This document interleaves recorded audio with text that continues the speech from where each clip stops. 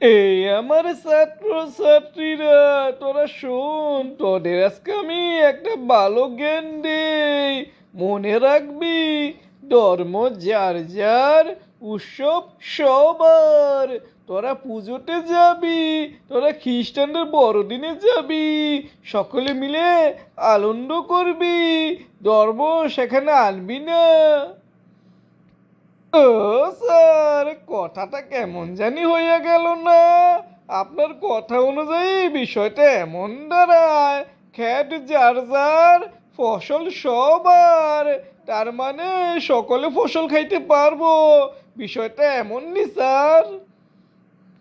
এই কালু, এই মৌলবাদী কালু, স্কুলে মৌলবাদী কথা কইবি না, অসভ্য কথা কইবি না।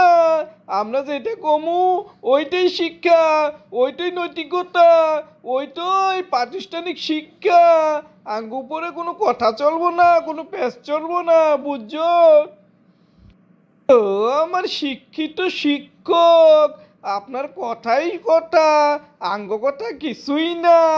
আপনার কথা অনুযায়ী তো আমি এটা কইলাম, ধর্ম যার যার, উৎসব সবার। সেই হিসাবে যার যেটা, আমরা সবাই সেইটা ভোগ করতে পারমু। বিষয়টা এমন নাকি স্যার?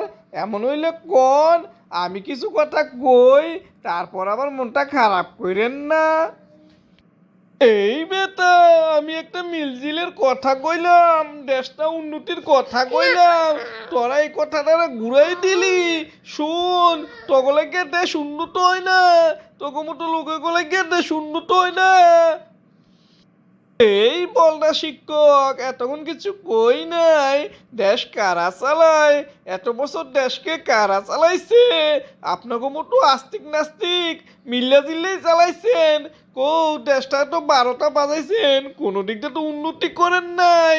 বইয়া বইয়া খালি লেকচার ছাড়ার মধ্যে আছেন, আর মানুষরা বিভ্রান্ত করার মধ্যে আছেন। টুরু, তোকে কেলাসি আমি আর করবো না।